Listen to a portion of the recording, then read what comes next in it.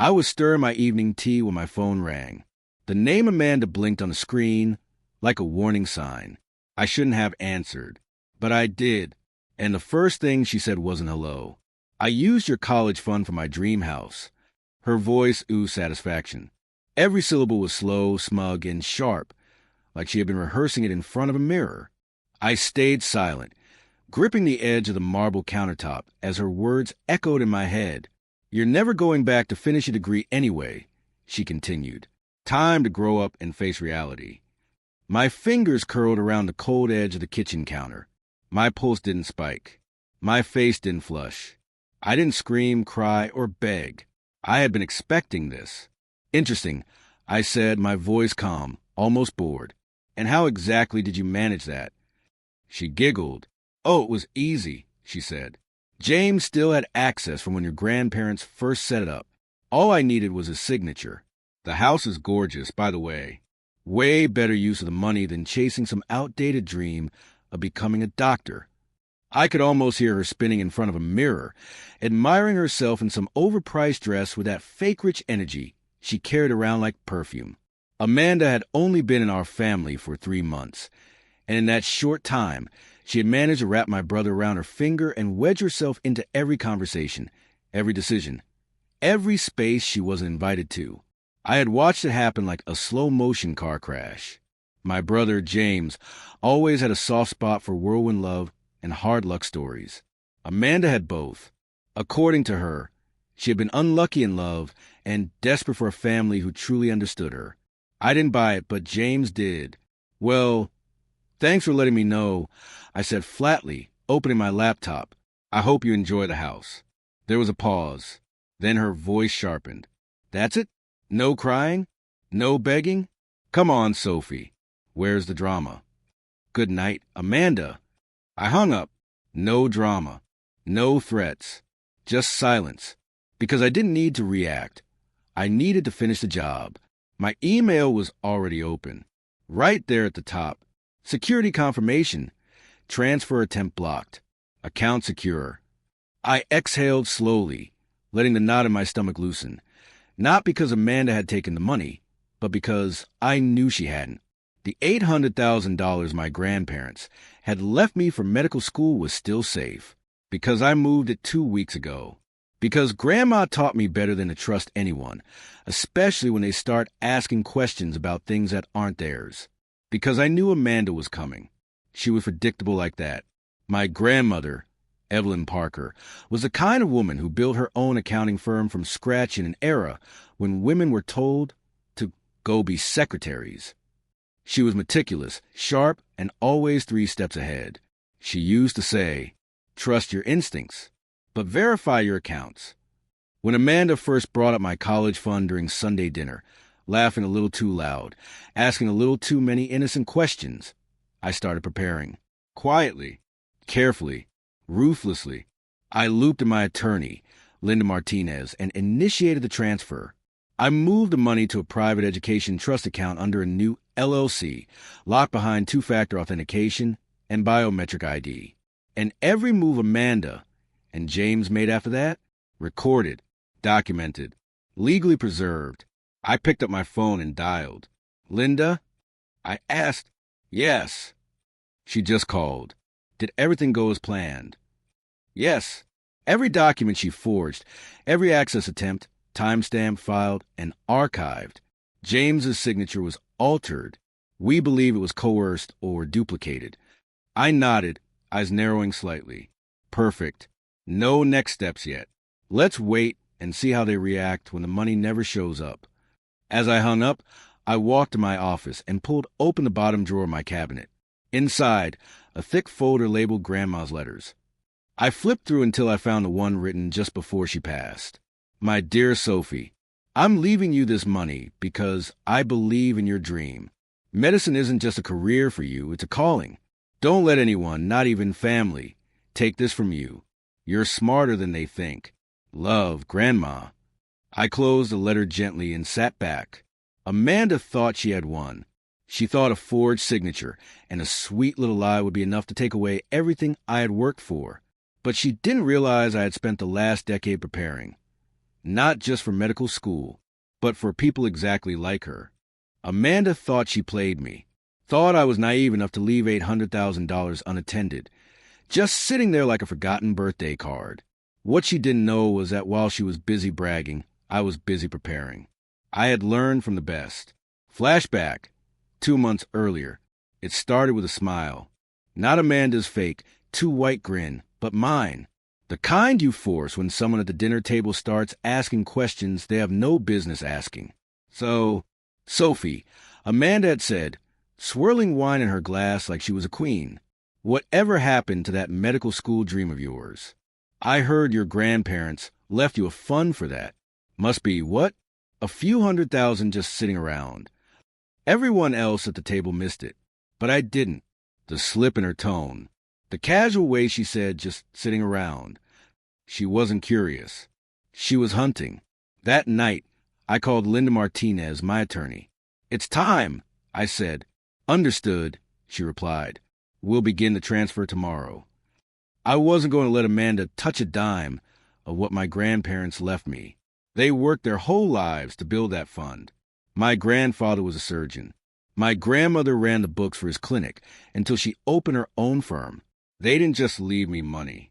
They left me instructions. In one of her last letters, Grandma had written, "The world won't always be fair, Sophie, so you need to be prepared. Not loud, not cruel, just ready." So I got ready. I contacted a private wealth advisor and opened a secured education trust, an LLC under a neutral name, inaccessible to anyone without biometric verification. Linda drafted the paperwork, and the money was legally moved out of the joint access account James still had from when our grandparents first opened it. Then came the insurance. All account logins monitored, every attempted access flagged. Any unauthorized document used automatically logged and sent to Linda. This wasn't just a transfer. It was a trap. A week later, Amanda started dropping more hints. "Wow, medical school is expensive these days, huh? I mean, who really needs 8 years of debt? Isn't Sophie already doing great as an accountant?" Each comment was a test. Each one confirmed my suspicion. She was circling the fun like a vulture. What Amanda didn't realize was that I wasn't the kind of woman to cry when people stole from me. I was the kind of woman who made sure they never got the chance. Back to present. After Amanda's bragging phone call, I updated Linda. "She thinks she won," I said. "Let her think that," Linda replied. "She's already tried forging James's signature. We caught the attempt last week." Did she do it herself? We believe so. But the signature doesn't match his legal records.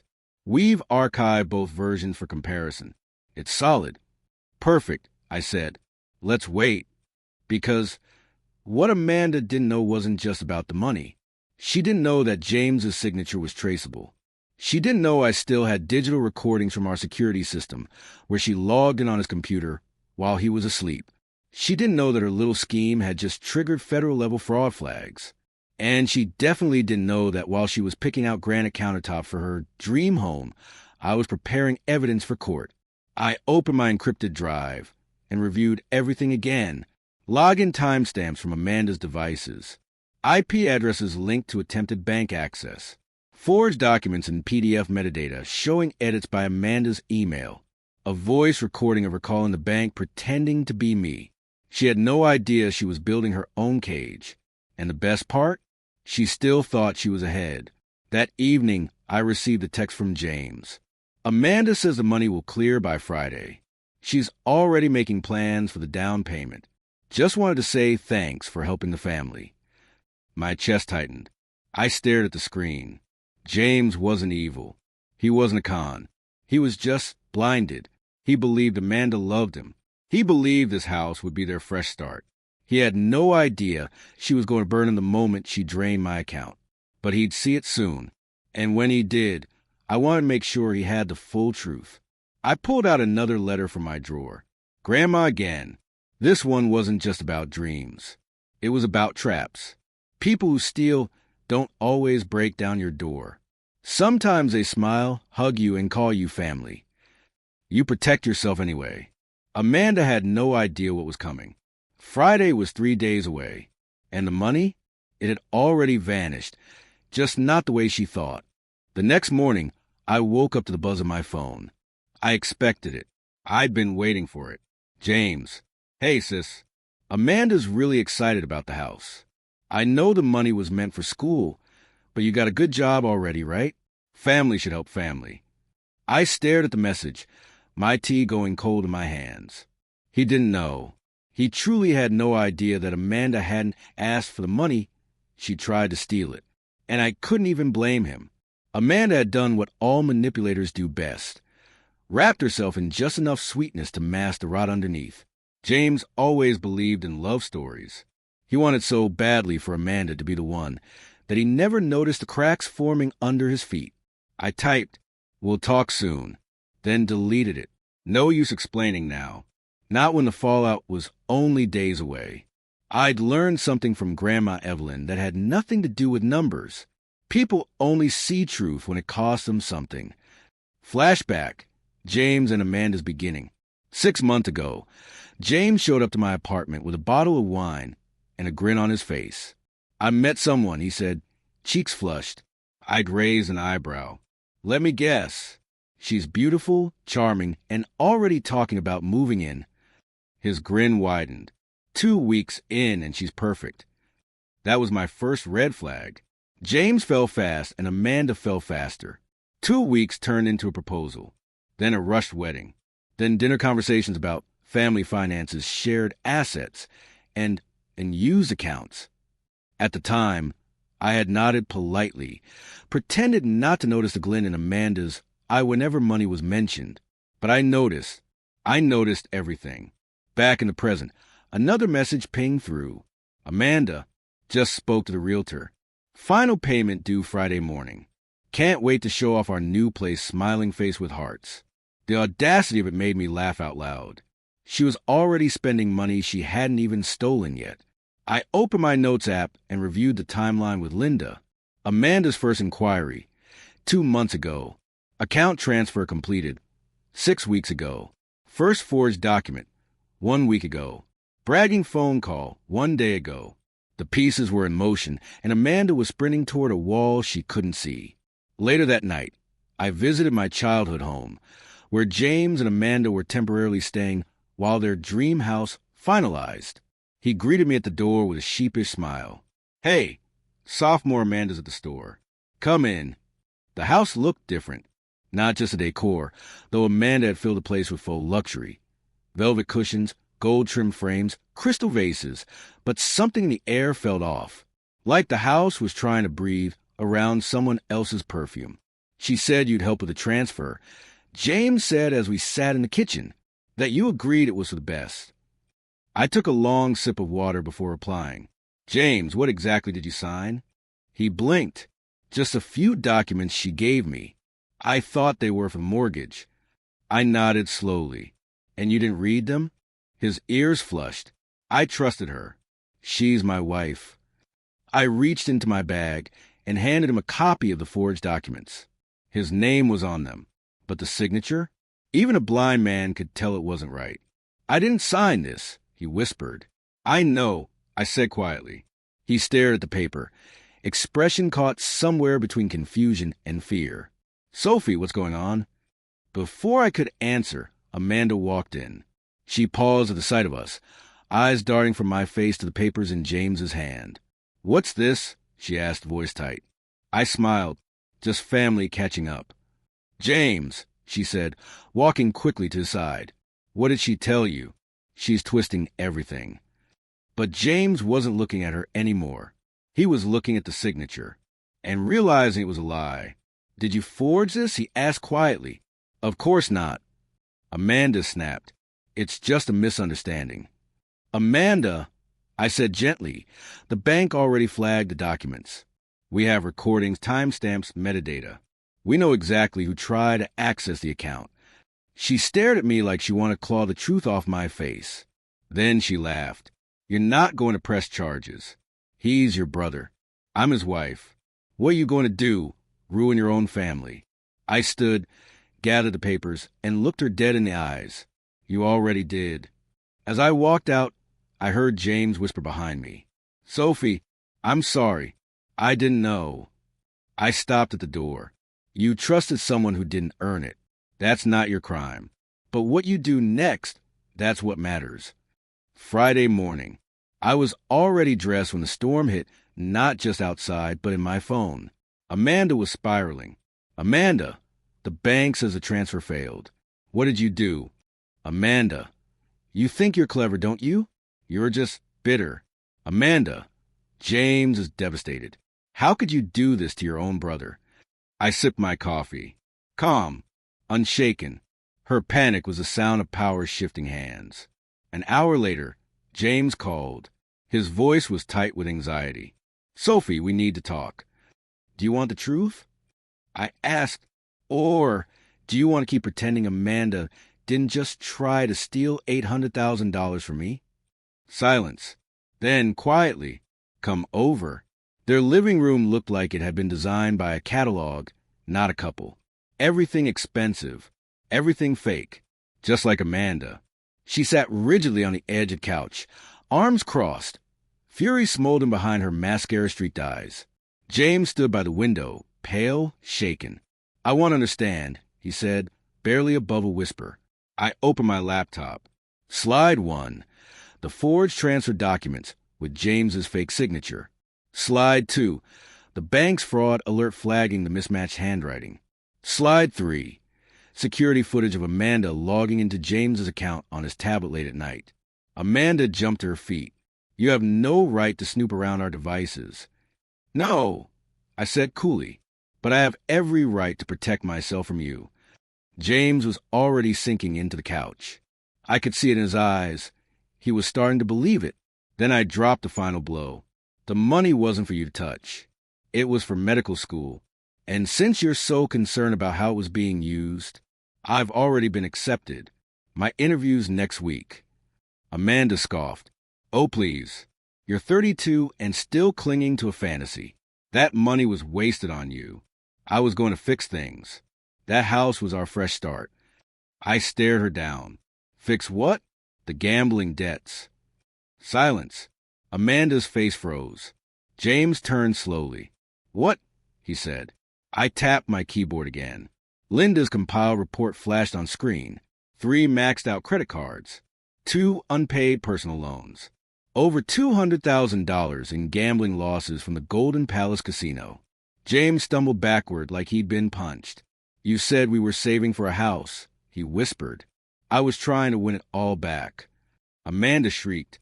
You think I wanted this? You were the one with no money. Your sister had it all. She turned on me now, venom in her voice. This is your fault. If you had just shared like a normal person. Shared. I cut in. You mean surrendered. You never asked. You planned. You forged. You lied. And now you're angry because the trap snapped shut on you. Amanda's composure collapsed. Mascara smeared. Voice cracking. Hands trembling. But I wasn't done. James, this isn't her first time. She's done this before. I pulled out a printed police report from 3 years ago. A woman named Amy Walker, Amanda's former alias. Another quick marriage. Another drained bank account. Another devastated family. James's face went ghostly. She's done this before, and she was about to do it again. He stared at the screen, at Amanda, then back at me. Get out, he said. Amanda blinked. What? Get out. Baby, please. You tried to steal from my sister. You've lied since the day I met you. We're done. Amanda grabbed her purse, staggering toward the door. Fine, but don't think this is over. The door slammed. James collapsed into the couch, head in his hands. I'm sorry, Sophie, he said, barely audible. I should have listened. I sat beside him. It's not your fault she tricked you, but now you have to help stop her. Not just for me, but for everyone she's done this to. I pulled out an envelope. Contact info for a divorce attorney. Linda vetted her. And everything Amanda's done, it's documented, backed up, and admissible. He took the papers, hands shaking. She never loved me, did she? No, but that's not about you. It's about her. You believed in love. That doesn't make you weak. It makes you human. He nodded slowly, tears finally spilling. What do we do now? I looked him in the eyes. Now, we make sure she never does this to anyone again. 2 months later, I stood in front of my bathroom mirror, adjusting the white coat that now bore my name. Sophie Parker, medical student. But today wasn't about medicine. It was about justice. The courthouse was packed, not just with my brother and me, but with 3 other families, all holding folders thick with evidence. All victims of Amanda, or rather, Amanda Wilson, Amy Walker, Anna Wells, whatever name she had been using during her schemes. She had a pattern. Locate someone lonely with access to assets. Charm her way into their life. Forge documents. Disappear with their money. But this time, she didn't disappear. We caught her at the airport 3 weeks ago. Fake passport. Suitcases full of luxury handbags and burner phones. Still trying to run, but her luck ran out. I glanced at James. He looked better, lighter, clearer. The haunted look had faded from his eyes since Amanda's arrest. The divorce papers had been filed the morning after her exposure. He still blamed himself, but at least now he was facing forward. You don't have to do this. I whispered. Yes, I do, he said. We all do. Amanda was led into the courtroom in handcuffs. Gone was the smug smile, the perfect hair, the expensive makeup.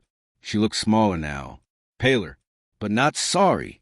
Her eyes widened when she saw us all sitting there, James, myself, and the 3 families she'd calmed before. This wasn't what she expected. She thought I'd break, that I'd stay quiet, that I'd move on. She never imagined she'd be outnumbered and cornered. The judge entered. Proceedings began. My attorney, Linda, presented our case first. The forged signatures, the bank's fraud reports, the recordings of Amanda impersonating me, the gambling debts, the financial trail linking Amanda's accounts to James's. Then came the other families. One by one, they told their stories. Different cities, different names, same strategy, a whirlwind romance, quick marriage. Then the money vanished. Each story echoed the one before. Amanda didn't just commit fraud, she manufactured heartbreak. Then it was James's turn. He stood. His hands shook, but his voice was steady. I thought I found love, he said. Instead, I helped someone try to destroy my sister's future. Amanda didn't just steal money. She tried to steal a legacy, one our grandmother worked her entire life to build. He paused, looking down. She used me, lied to me, made me question my own family. But I'm here today because my sister never stopped protecting what mattered. I failed her, but I won't fail again. When he sat back down, I reached over and squeezed his hand. Finally, it was my turn. I stood and faced Amanda. Unlike the others, I was lucky. My grandmother taught me to prepare for people like you. I moved the money. I documented your every move. I was ready. I glanced around the courtroom. But this isn't just about me. It's about every family you preyed on, every dream you tried to destroy. You think you're smarter than the rest of us, but you didn't win. I turned back to the judge. This is about setting a precedent, about stopping her before she finds her next victim. The judge leaned forward, tone stern but composed. Amanda Wilson, also known as Amy Walker and Anna Wells, you are hereby found guilty of multiple count of identity theft, financial fraud, document forgery, and attempted grand larceny. You are sentenced to 5 years in federal prison, with no possibility of early release. You are also required to pay restitution to each victim named in this case. Amanda's jaw clenched. Her fists balled at her sides. This changes nothing, she hissed as the guard stepped forward. You're still just playing doctor, Sophie. You'll fail, and I'll be out before you're even in residency. I stepped closer. Calm. Steady. Actually, I start medical school next month. And you? You'll be counting bars instead of dollar signs. Outside the courtroom, James exhaled like he'd been holding his breath for years. I found her engagement ring, he said, reaching into his pocket. The one I spent 3 months of salary on, it's fake. Just like everything else about her. He offered it to me. Sell it, he said. Add it to your school fund. Let one more piece of her lies become something real. I took it, not for the money, but for the symbolism. That night, I sat at my desk with two things in front of me: my medical school acceptance letter and my grandmother's photo. My phone buzzed. A message from James. "Thank you for never giving up on me." I smiled.